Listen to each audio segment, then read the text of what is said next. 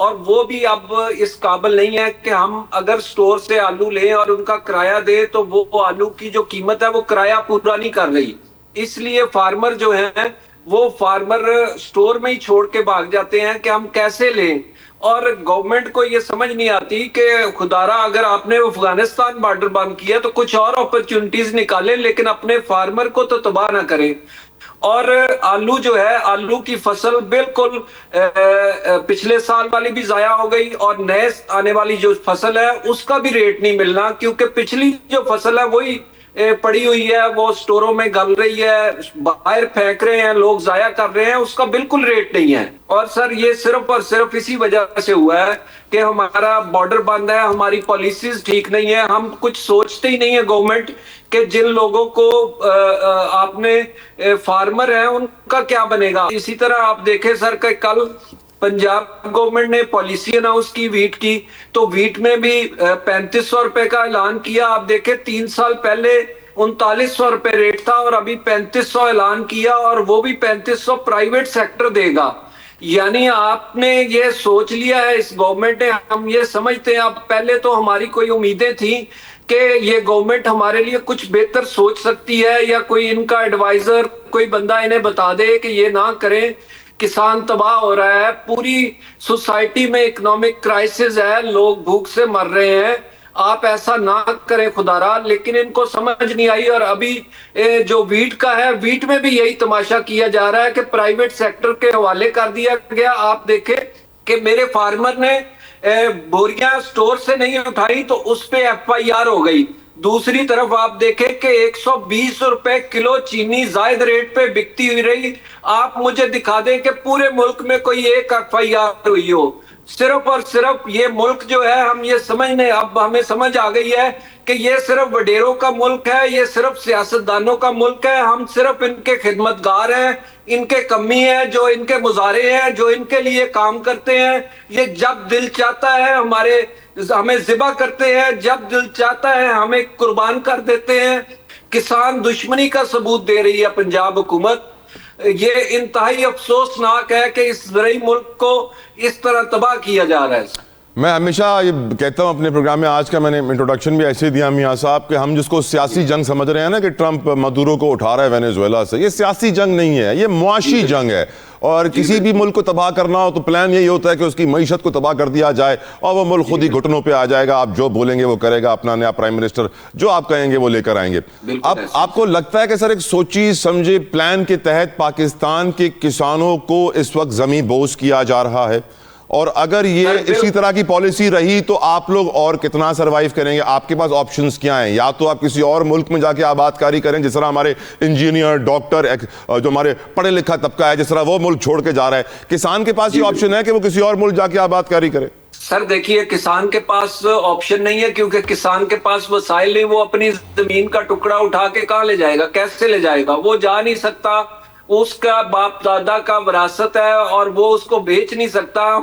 ہم عزت کے مارے اپنی زمین نہیں بیچ سکتے کہ ہم کس طرح بیچیں گے؟ لوگ کیا کہیں گے؟ اپنے باپ دادا کی نشانی جو ہے وہ اس نے زمین بیچ دی. اسی طرح سر آپ دیکھیں کہ دوسری طرف اگر آپ دیکھیں کہ جو IMF کے کہنے پہ ان تمام 4 صوبوں نے جو ٹیکسز لگائے ہیں سر وہ 45% ایگریکلچر پہ ٹیکس ہے. یہ تو ہر اندھے بندے کو بھی نظر آتا ہے کہ آپ ایگریکلچر کو تباہ کرنا چاہتے ہیں. میں تو اپیل کرتا ہوں, آرمی چیف سے بھی اپیل کرتا ہوں کہ آپ خدارا اس بات کو سمجھیں کہ معاشرے میں ہم سر صفائی کو ہم کیا کریں گے, ہم سڑکوں پہ پھول لگانے کو کیا کریں گے جب ہمارے پاس کھانا نہیں ہوگا, جب لوگوں کے گھروں میں فاقے ہوں گے تو وہ ان پھولوں پہ, سڑکوں کے پھولوں کو کیا کریں گے, وہ سبز رنگ کو کیا کریں گے؟